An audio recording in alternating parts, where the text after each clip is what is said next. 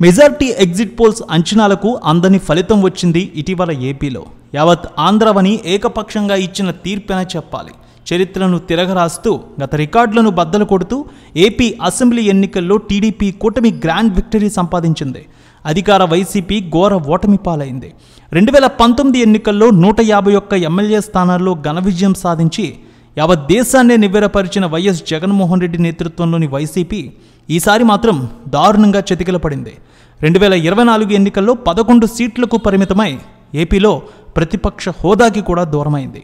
వైసీపీకి గట్టి పట్టు ఉంటుందని భావించిన రాయలసీమలో కూడా ఫ్యాన్ పార్టీ కకావికలమైంది. 2019 ఎన్నికల్లో 52 స్థానాలు అక్కడుంటే 49 చోట్ల ఘన విజయం సాధించిన వైసీపీ ఈసారి దారుణంగా 7 సీట్లకు పరిమితమైంది. అందులోనూ వైఎస్ జగన్ కుటుంబం అడ్డగా పేరుగాంచిన కడప జిల్లాలో కూడా ఘోర పరాభవం. మునుపెన్నడూ లేని విధంగా కడప జిల్లాలో టీడీపీ ఏకంగా 5 చోట్ల విజయాన్ని సాధించింది. ఈ నేపథ్యంలో ఈ రేంజ్లో ఓటమికి గల కారణాలు విశ్లేషించే పనిలో జగన్మోహన్ రెడ్డి ఫుల్ బిజీ అయిపోయారు.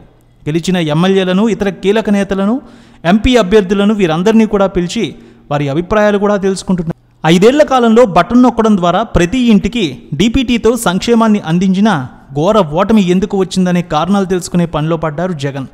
ఈ స్థాయిలో వ్యతిరేకతను ఊహించలేకపోయామని తనను కలిసిన నేతల దగ్గర జగన్ అభిప్రాయపడ్డారు.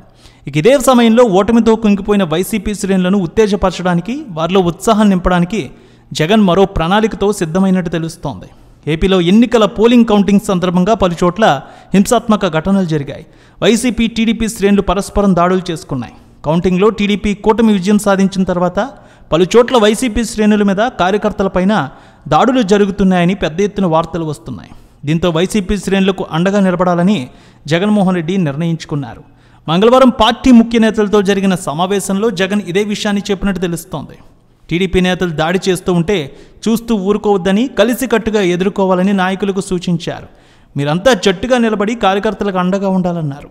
వారే మనకు పెద్ద ఆస్తి అని, వారు ఖచ్చితంగా మనల్ని నమ్ముతూ మన వెంటే ఉన్నారనే విషయాన్ని తెలియజేశారు. నష్టపోయిన కార్యకర్తలను తాను పరామర్శిస్తానని, త్వరలో దానికి సంబంధించినటువంటి వివరాలు తెలియజేస్తానని జగన్ తెలియజేశారట. వారిలో భరోసా కల్పిస్తానని జగన్ నాయకులతో చెప్పినట్టు సమాచారం. వైసీపీ పార్టీకి పునర్వైభవం తెచ్చేందుకు, వైసీపీ శ్రేణుల్లో ఉత్తేజం తెచ్చేందుకు వైఎస్ జగన్మోహన్ రెడ్డి మరోసారి యాత్ర చేయనున్నారనే ప్రచారం అయితే సాగుతోంది.